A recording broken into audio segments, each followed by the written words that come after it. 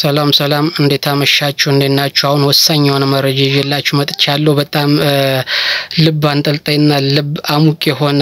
መረጃ ነው ይህ ደግሞ ትልቅ ከድልም ድል በላይ ነው ይህ ደግሞ ከብልጽግና 1000 ሰራዊት ከመማረክም በላይ የሆነ ድል ነው ምክንያቱም እስክንድር ሸዋ ላይ አንዳንድ የፋኖ አመራሮችን እስከነ ሰራዊታቸው ሙሉ ኮር ሙሉ ሻለቃ ያጣበት ሁኔታ አለ ማለት ነው ስለተገንጥለው ወደ ትክክለኛው ፋኖ የሄዱ አሉ ይህ ደግሞ እንግዲህ በጣም ልብ የሚያሞቅ ነው ለአማራ አንድነት ጅማሮ ነው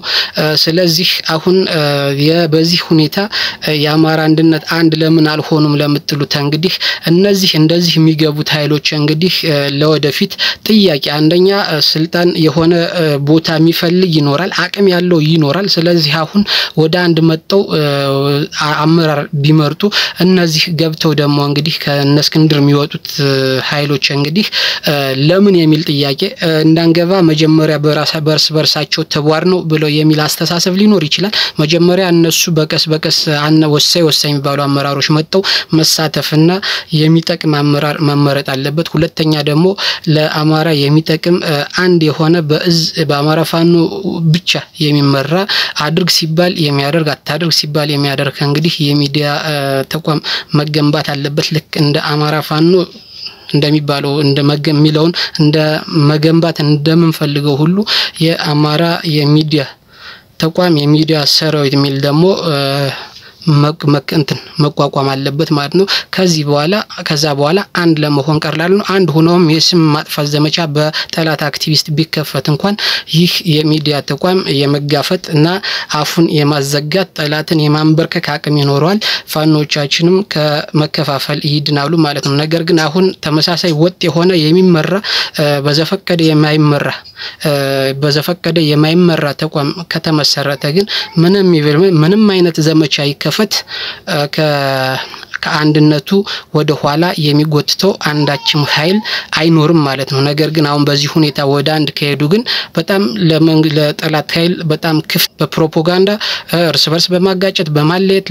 በጣም ይጠቅማል ክፍተት መስጠት ነው ስለዚህ በዚህ ሰዓት መጀመሪያ እነዚህ ነገሮችን በፋይናንስ በሚዲያ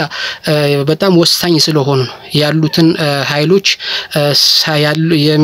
ያሉ ኃይሎችን በፋይናንስና በሚዲያ የተደራጁ ኃይሎችን ሳያደራጅና ወደ ስራ በእዝ መሰረት ሳያስገባ ወደ አንድነት መምጣት ለአማራ ፋኖ ለአማራም ጉዳት ነው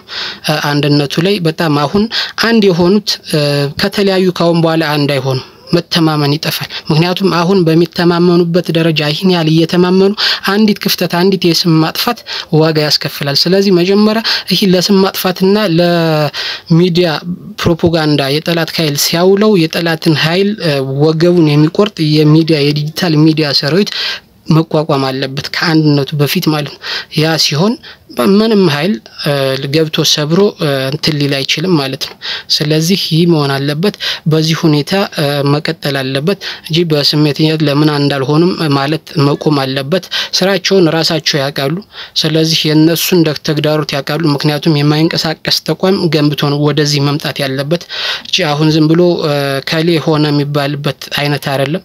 ስለዚህ በጣም በጥንቃቄ ማየት አለብን ይሄን ማለት ነው ከወሬ ወጥተን